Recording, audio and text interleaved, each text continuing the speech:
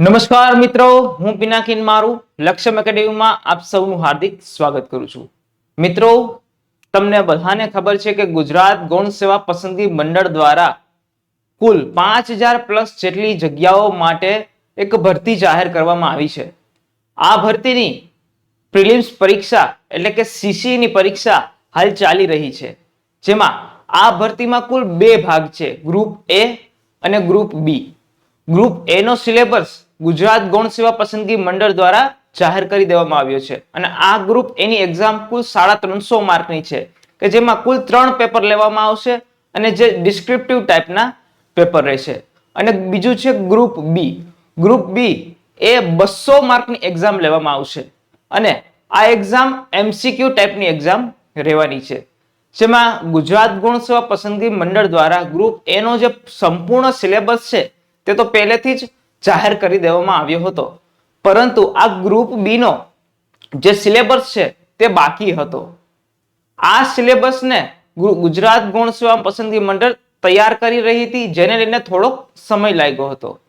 તો ચાલો આજે આપણા ગ્રુપ બી નો જે કાલે નવો સિલેબસ આવ્યો છે તેની ચર્ચા કરીએ, જેમાં થોડા દિવસ પહેલા એટલે કે 6 તારીખે ગુજરાત ગૌણ સેવા પસંદગી મંડળના અધ્યક્ષ શ્રી હસમુખ પટેલ સાહેબે એક ટ્વીટ કરેલું હતું કે જેમાં એવું કહેવામાં આવ્યું હતું કે ગ્રુપ બી મેન્સ એક્ઝામનો જે સિલેબસ છે તેમાં ઇતિહાસ, ભૂગોળ અને અર્થશાસ્ત્રના અમુક ચેપ્ટર એ આ પરીક્ષામાં ઉપયોગી નથી, એટલા માટે એ ચેપ્ટરને આ જે સિલેબસ છે તેમાંથી બહાર કરવામાં આવ્યા છે. એટલા માટે આ જે પરીક્ષા છે તેનો નવો સિલેબસ જાહેર કરવામાં થોડીક વાર લાગી રહી છે અને એવું પણ કહ્યું હતું કે થોડાક દિવસોમાં આનો નવો સિલેબસ જાહેર કરવામાં આવશે. ત્યારબાદ ગઈકાલે ગુજરાત ગૌણ સેવા પસંદગી મંડળના અધ્યક્ષ શ્રી હસમુખ પટેલ સાહેબ દ્વારા ગઈકાલે 8 મે સાંજે 7:30 વાગે એક બીજું નવું ટ્વીટ કર્યું કે જેમાં તેણે જણાવ્યું કે સીસીઈ ની ગ્રુપ બી ની જે પરીક્ષા છે તેનો મુખ્ય પરીક્ષાનો અભ્યાસક્રમ હાલ ગુજરાત ગૌણ સેવા પસંદગી મંડળની વેબસાઇટ પર પ્રસિદ્ધ કરવામાં એટલે કે જાહેર કરવામાં આવ્યો છે. આ પરીક્ષા 120 મિનિટની અને 200 માર્કની એમસીક્યુ થી લેવામાં આવશે. આ ટ્વીટ આવ્યા બાદ ઘણા બધા ઉમેદવારોએ ગુજરાત ગૌણ સેવા પસંદગી મંડળની સાઇટ પર ગયા, પરંતુ એ સાઇટ એટલી લોડમાં હતી કે આ સાઇટ ખુલતી જ નહોતી અને લગભગ તમને કહું તો રાત્રે 11 વાગે આ જે પીડીએફ છે તે બહાર આવી અને ડાઉનલોડ થઈ શકી. એટલે રાત્રે 11 વાગે આ જે ગ્રુપ બી ની પરીક્ષા મુખ્ય પરીક્ષા છે તેનો સિલેબસ જાહેર થયો છે. તો ચાલો આ સિલેબસની જાણકારી મેળવીએ અને એ પણ તમને સમજાવીશ કે આ સિલેબસમાં શું શું ફેરફારો છે અને કયા કયા જે ટોપિક્સ છે તેને બાકાત રાખવામાં આવે છે. તો ચાલો જોઈએ, જેમાં કાલે ગુજરાત ગૌણ સેવા પસંદગી મંડળ દ્વારા જે જાહેરાત અને જે પીડીએફ જાહેર કરવામાં આવી તે હતી કે જેમાં ગુજરાત ગૌણ સેવા પસંદગી મંડળ દ્વારા વર્ગ 3 ગ્રુપ એ તથા ગ્રુપ બી ની સંયુક્ત પરીક્ષા, જેની ગ્રુપ બી ની મુખ્ય પરીક્ષાનો અભ્યાસક્રમ આમાં સામેલ છે અને જે 120 માર્કની હશે 120 મિનિટ અને 200 માર્કની આ એમસીક્યુ ટાઈપની પરીક્ષા રહેશે, જેમાં વિષય પહેલા તો જે છે અંગ્રેજીમાં શું શું પૂછાઈ શકે છે અને પહેલા અંગ્રેજીના કેટલા માર્ક 20 માર્ક 20 માર્કનો અંગ્રેજી પોર્શન કે જેમાં ટેન્સીસ છે, active passive, direct indirect, transformation of sentence, use of article, verbs, adverbs, adjective, noun, pronoun, affix, one word substitution, synonym, antonym અને words that cause confusion like homogeneous homophones. બરાબર છે, આવા topic લેવામાં આવ્યા છે. ત્યાર પછી બીજો પોર્શન કે જે છે ગુજરાતી માટેનો, કેનો ગુજરાતી, આ કેટલા માર્કનો છે એ 20 માર્કનો આ પોર્શન છે કે જેમાં આપણે જનરલી જાણીએ છીએ કે રૂઢિપ્રયોગ, સામાનાર્થી, વિરોધાર્થી, કહેવત, સમાસ, અલંકાર, છંદ એ જ ટોપિક આપવામાં આવ્યા છે. પછી છે લેખન શુદ્ધિ, ભાષા શુદ્ધિ, જોડણી, સંધિ જોડો, અને છોડો. છેલ્લું છે સમાનાર્થી અને વિરોધી. આ જે ગુજરાતીનો પોર્શન કેટલા માર્કનો? 20 માર્કનો. ત્યારબાદ જોઈએ તો રાજ્ય વ્યવસ્થા. આ કેટલા માર્કનો છે? 30 માર્કનો આ પોર્શન છે અને ખૂબ ઉપયોગી છે કે જેમાં પહેલું છે ભારતીય બંધારણ વિશે, કે ભારતીય બંધારણમાં પણ શું ઉદ્ભવ અને વિકાસ, તેની લાક્ષણિકતા, આમુખ, મૂળભૂત અધિકારો, ફરજો, માર્ગદર્શક સિદ્ધાંતો, અગત્યના બંધારણીય સુધારા, કટોકટીની જોગવાઈ.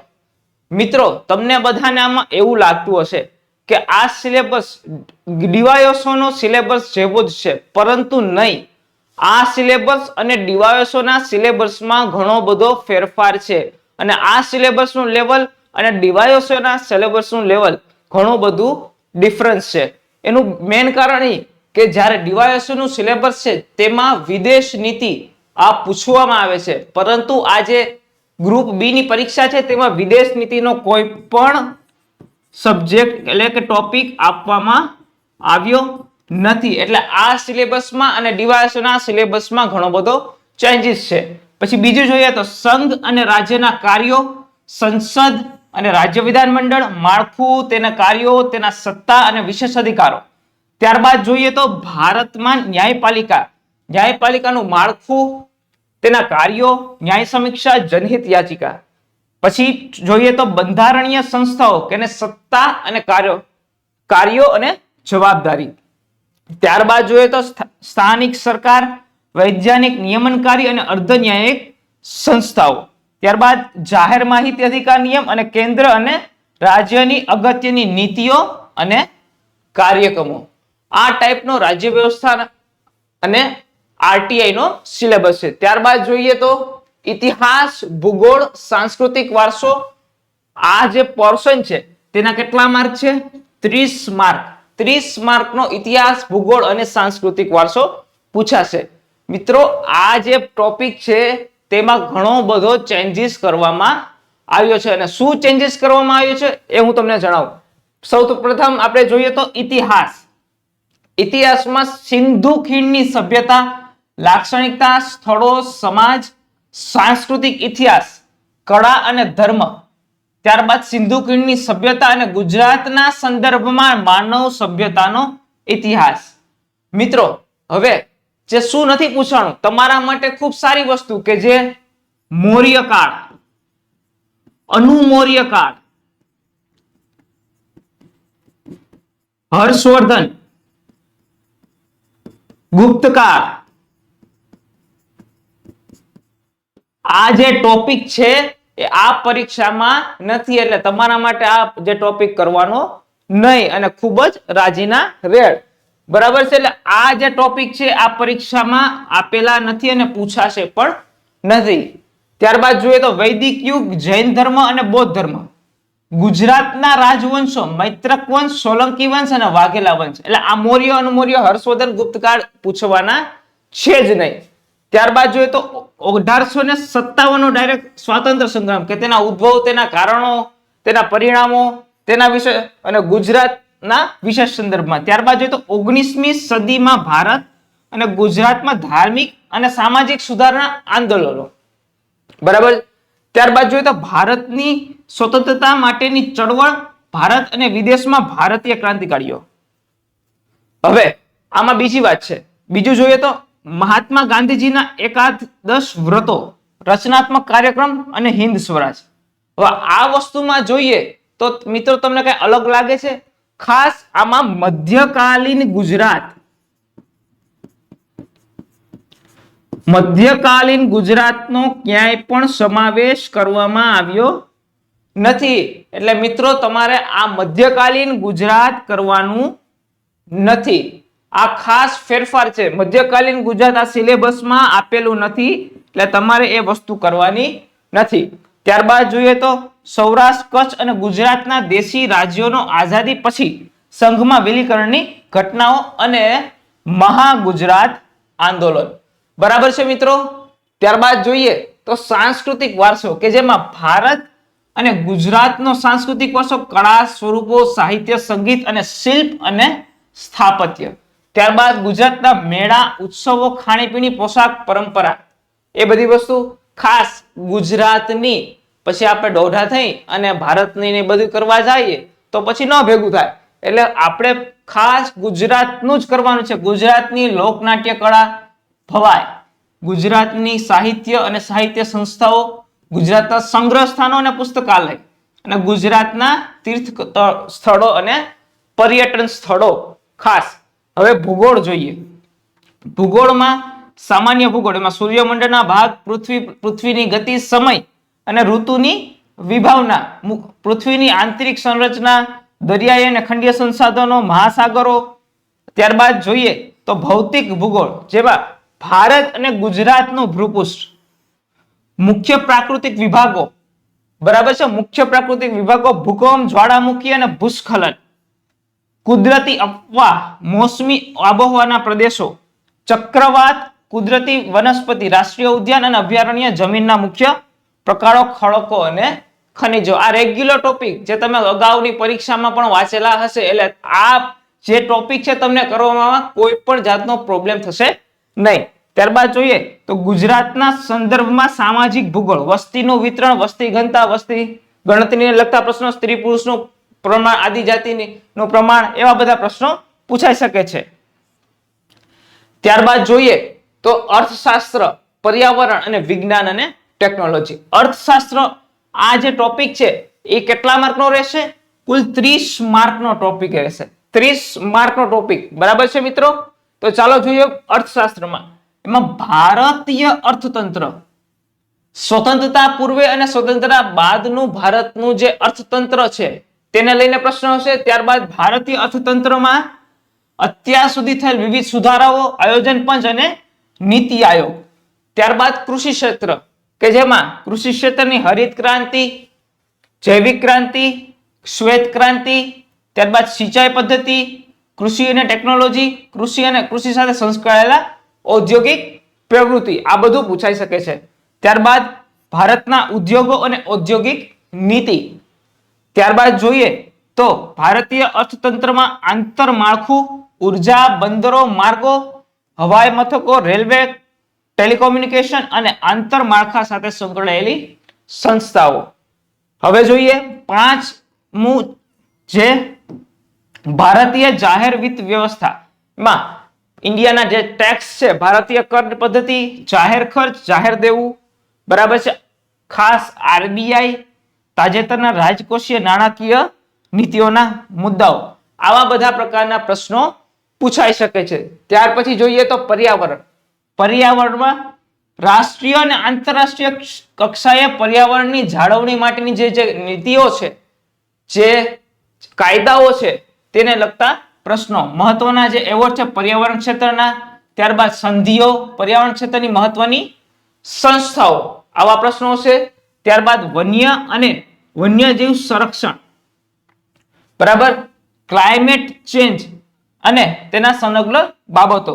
પછી ચોથી વસ્તુ છે કે જેમાં આપત્તિ વ્યવસ્થાપન. હવે આ ટોપિકમાં જોઈએ વિજ્ઞાન અને ટેકનોલોજી. પહેલા તો કહું, વિજ્ઞાન ટેકનોલોજીમાં તમારા માટે ખાસ શું કે જે કરંટ અફેર, જે નવી મિસાઇલો, જે નવા મિશનો જે શરૂ કરવામાં આવે છે તે મિત્રો ખાસ કરી લેવા. ખાસ નવી મિસાઇલો, વિજ્ઞાન ટેકનોલોજી ક્ષેત્રે જે કરંટ અફેર્સ હોય તે ખાસ આ બાબતે કરી લેવા, કારણ કે એ પૂછાવાની શક્યતા ખૂબ જ વધુ રહેશે. તો વિજ્ઞાન અને ટેકનોલોજીમાં જોઈએ તો રોજબરોજના જીવનમાં સામાન્ય વિજ્ઞાન, ભૌતિક આવી ગયું, રસાયણ આવી ગયું અને જીવ વિજ્ઞાન આવી ગયું. વિજ્ઞાન ક્ષેત્રે થયેલી મહત્વની શોધો અને શોધકો, વિજ્ઞાન ક્ષેત્રે સંકળાયેલા મહત્વના એવોર્ડ અને તેની સંલગ્ન વિવિધ સંસ્થાઓ અને ભારતના પ્રસિદ્ધ વૈજ્ઞાનિકો વિશે. ત્યારબાદ સંરક્ષણ ક્ષેત્રે ટેકનોલોજી, વિવિધ સંસ્થાઓ અને કાર્યક્રમ. પછી અંતરિક્ષ અવકાશ ક્ષેત્રે ભારતની પ્રગતિ અને વિવિધ સંસ્થાઓ અને ભારતની ઉર્જા નીતિ. આમાં ખાસ કરંટ અફેર, વિજ્ઞાન અને ટેકનોલોજીનું કરંટ અફેર ખાસ કરી લેવું, બરાબર છે. ત્યાર પછી જોઈએ તો છઠ્ઠું છે કરંટ અફેર.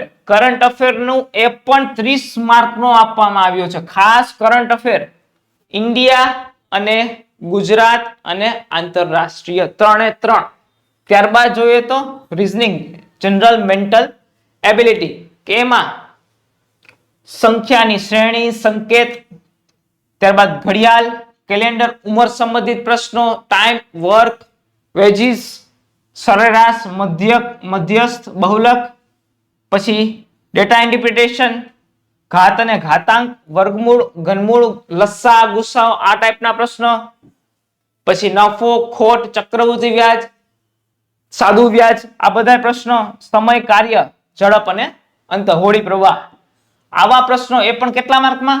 40 માર્કમાં. 40 માર્કનું મેથ્સ રીઝનિંગ છે ખાસ. મિત્રો યાદ રાખજો 40 માર્કનું. બરાબર છે મિત્રો? હવે મિત્રો આ હતો જે ગ્રુપ બી નો મેન્સ એક્ઝામનો સિલેબસ. મિત્રો જો તમારે આ ગ્રુપ બી ની તૈયારી કરવી હોય તો અમે ટૂંક જ સમયમાં જેમ અત્યારે એએમસી પરીક્ષાની જે ફ્રી ક્વેશ્ચન બેંક લઈ રહ્યા છે તે જ રીતે જે ગ્રુપ બી ની મેન્સ એક્ઝામની ફ્રી ક્વેશ્ચન બેંક લઈને આવી રહ્યા છીએ અને ટૂંક જ સમયમાં તમને અમારી એપ્લિકેશન ઉપર આ મળી જશે. જો તમારે આવી ફ્રી ક્વેશ્ચન બેંક જોતી હોય તો તમારે પહેલા તો લક્ષ્યમ એપ છે એને ડાઉનલોડ કરવાની રહેશે અને આ એપની જે લિંક છે આ વિડીયોના ડિસ્ક્રિપ્શનમાં તમને મળી જશે. ત્યાંથી ક્લિક કરી અને પહેલા તો ડાઉનલોડ કરી લો. હવે આ જે ફ્રી પીડીએફ છે જો તમારે જોતી હોય તો કઈ રીતે લેવી, પહેલા તો એપ ખોલશો એટલે આવું પેજ ખુલશે. આ પેજની આ સાઈડમાં 3 લીટા છે ત્યાં ક્લિક કરવાનું. એ ક્લિક કરો એટલે અહીંયા ફ્રી મટીરિયલ આવશે. ફ્રી મટીરિયલ ઉપર ક્લિક કરશો એટલે તમને આવા 3 ઓપ્શન પૂછશે, ડોક્યુમેન્ટ, વિડીયોઝ અને ટેસ્ટ. બરાબર? એમાં એએમસી, આરએમસી અને જુનિયર ક્લાર્ક જેએમસી ની ફ્રી ક્વેશ્ચન બેંક અમે આપી રહ્યા છીએ અને સાથે પીએસઆઈ અને કોન્સ્ટેબલ ની પણ ફ્રી ક્વેશ્ચન બેંક આપી રહ્યા છે. અને હવે આવનારા ભવિષ્યમાં થોડા જ દિવસોમાં આ સીસી ની પરીક્ષા માટેની ફ્રી ક્વેશ્ચન બેંક અમે લઈને આવી રહ્યા છે. તો મિત્રો ઝડપથી આ એપ્લિકેશનને ડાઉનલોડ કરી લેજો. બરાબર છે? અને જો આ વિડીયો ગમ્યો હોય તો લાઈક કરી દેજો અને જલ્દીથી જલ્દી આ વિડીયોને બીજા સુધી શેર કરો. અને જો આ વિડીયો ગમ્યો હોય તો લાઈક કરો. ચેનલ પર નવા હોય તો સબસ્ક્રાઇબ કરો. મળીએ આવા કોઈ બીજા નવા વિડીયો સાથે. ત્યાં સુધી બધાને મારા જય હિન્દ.